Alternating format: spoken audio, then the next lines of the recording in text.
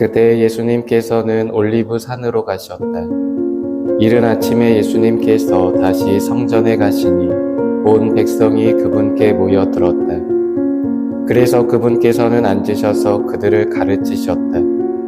그때 율법학자들과 바리사이들이 가늠하다 붙잡힌 여자를 끌고 와서 가운데에 세워놓고 예수님께 말하였다.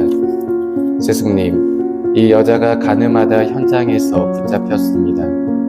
모세는 율법에서 이런 여자에게 돌을 던져 죽이라고 우리에게 명령하였습니다. 스승님 생각은 어떠하십니까? 그들은 예수님을 시험하여 고소할 구실을 만들려고 그렇게 말한 것이다. 그러나 예수님께서는 몸을 굽히시어 손가락으로 땅에 무엇인가 쓰기 시작하셨다. 그들이 줄곧 물어대자 예수님께서 몸을 일으키시어 그들에게 이르셨다. 너희 가운데 죄 없는 자가 먼저 저 여자에게 돌을 던져라. 그리고 다시 몸을 굽히시어 땅에 무엇인가 쓰셨다. 그들은 이 말씀을 듣고 나이 많은 자들부터 시작하여 하나씩 떠나갔다. 마침내 예수님만 남으시고 여자는 가운데 그대로 서 있었다. 예수님께서 몸을 일으키시고 그 여자에게 여인아, 그 자들이 어디 있느냐? 너를 단죄한 자가 아무도 없느냐? 하고 물으셨다. 그 여자가 선생님 아무도 없습니다 하고 대답하자 예수님께서 이르셨다. 나도 너를 단죄하지 않는다. 가거라. 그리고 이제부터 다시는 죄짓지 마라. 주님의 말씀입니다.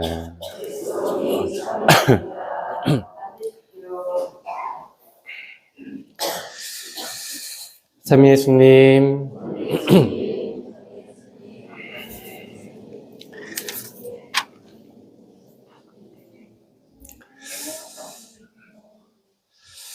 어제 비가 이렇게 좀 많이 왔었죠?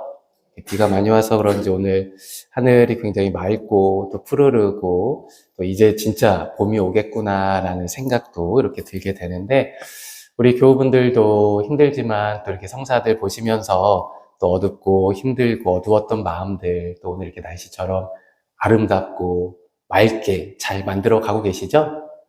네, 또 만드는 것만이 중요한 게 아니라 그것을 또 잘 유지해 가는 것이 또 굉장히 중요한 일이겠죠. 그래서 우리가 뭐 어르신들이 그렇게 얘기하세요. 사는 게 죄지. 뭐 매일 사는 게 그냥 다 죄지라고 얘기하시지만 그래도 우리가 또 죄를 뭐 피할 수는 없는 또 우리 부족한 사람들이기도 하지만 그래도 조금이라도 우리가 죄를 멀리 하기 위해 노력하면서 또 우리에게 주신 또 굉장히 아름다운 이 마음들을 또 우리가 너무 쉽게 더럽히지 않도록 그래서 조금이나마 또 깨끗한 마음으로 또 이제 부활도 2주 정도밖에 안 남았습니다. 그래서 우리 부활 때까지라도 우리의 마음을 좀 아름답게 잘 가꾸어 갈 수 있도록 또 우리가 주님께 기도하면서 또 이 남은 사순 시기를 또 잘 마무리해야 하지 않을까 또 이렇게 생각을 해봅니다.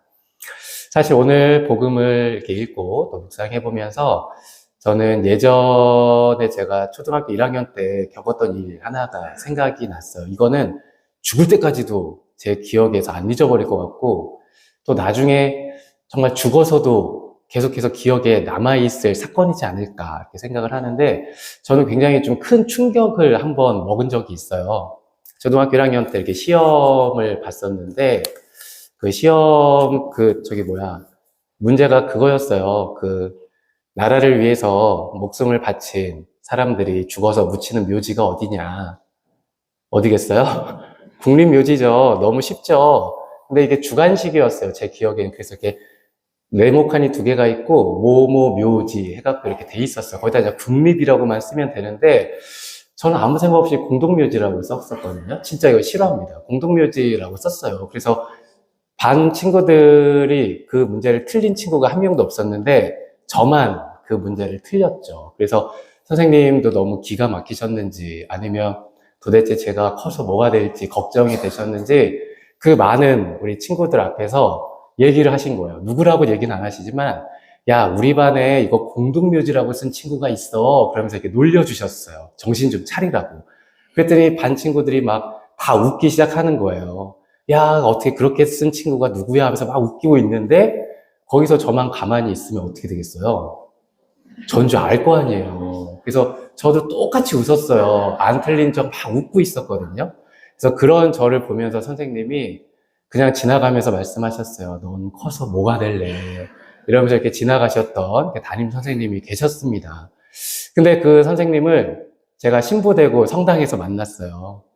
또 한 30년 만에 만나가지고 당시에 이제 선생님은 그 본당의 사목회 총무님이셨고, 그래서 또 우연찮게 이렇게 만났길래 제가 그때 이렇게 그런 얘기 하면서 선생님 저 아직도 그거 이렇게 기억하는데 선생님은 혹시라도 기억 못 하시면 고해소에 좀 들어오셔가지고 좀 고해성사 보시고 그리고 또 저한테 좀 센 보석도 좀 받아가셨으면 좋겠습니다. 이렇게 또 농담으로 이야기를 한 적도 있습니다.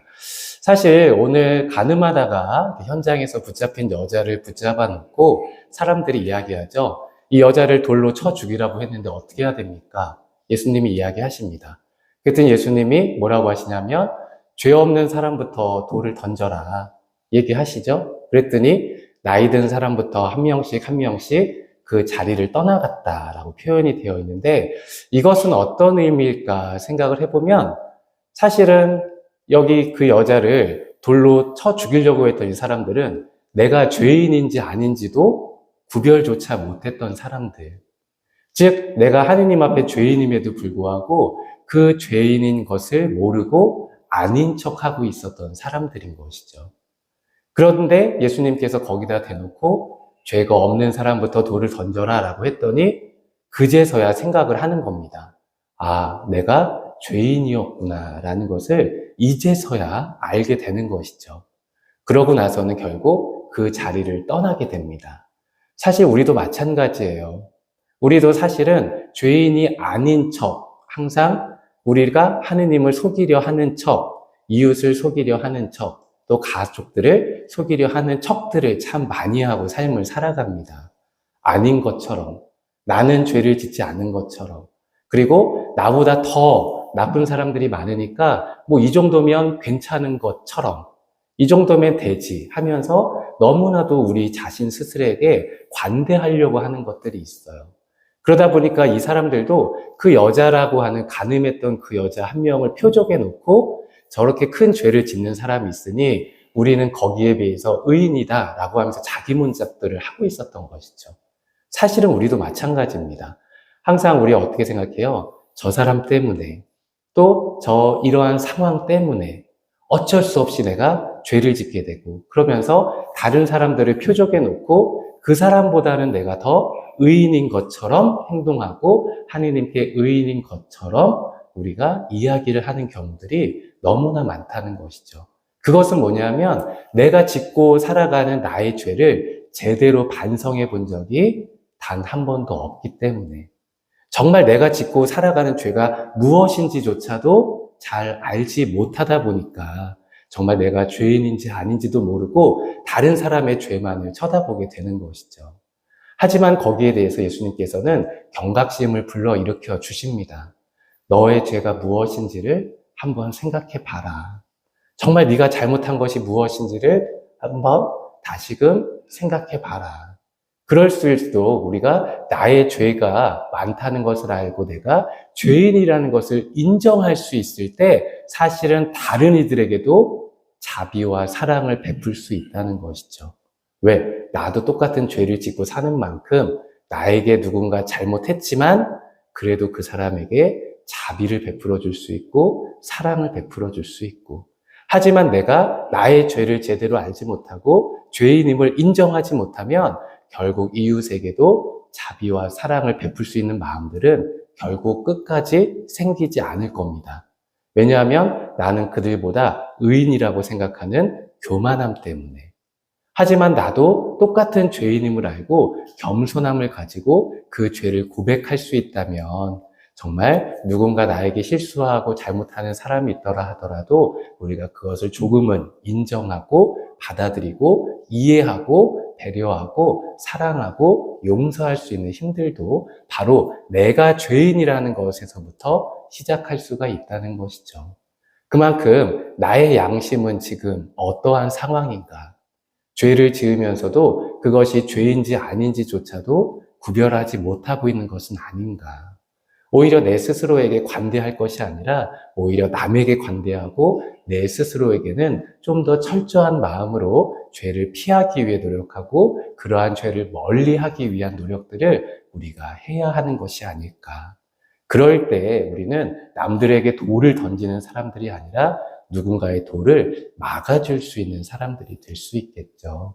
그래서 우리 교우분들, 우리 또 성사 보면서 우리의 마음을 정화시켜가고 있는 이 과정 속에서 정말 그냥 한번 대충 성사하고 끝나는 것이 아니라 이것을 통해서 내가 하느님의 자비를 입고 있다는 것을 느끼고 하느님의 사랑을 받고 있다는 것을 느끼고 이제는 나도 똑같은 죄인인 것처럼 다른 이들에게 자비와 사랑을 베풀므로 인해서 돌을 던지지 말고 그 돌을 막아줄 수 있는 그러한 힘들을 우리가 키워나갈 수 있을 때 아마도 우리는 하느님 앞에 가장 깨끗한 신앙인들의 모습으로 삶을 살아갈 수 있을 겁니다. 그래서 우리 모두도 죄인이라는 것을 다시 한번 깨달아가면서 우리가 그러한 죄를 멀리하기 위해 노력하고 또 그러한 죄들 때문에 하느님과 멀어지지 않도록 또 우리 스스로를 반성해 보면서 또 우리도 죄로부터 벗어나서 하느님과 같이 더욱더 좋은 신앙인의 모습으로 또 살아갈 수 있다는 또 희망도 우리가 잃지 않으면서 하느님과 함께 갈 수 있는 또 이 사순시기가 될 수 있도록 우리가 노력하면서 남은 사순시기 안에서라도 누군가에게 돌을 던지지 않도록 그래서 다른 이들을 어렵고 힘들고 상처 주고 그러한 일들을 우리가 하지 않도록 더욱더 주의하면서 하느님의 사랑을 많은 이들에게 더욱더 전해갈 수 있는 우리 자신들이 될 수 있도록 우리 주님께 기도해 갈 수 있는 또 한 주가 되셨으면 좋겠습니다.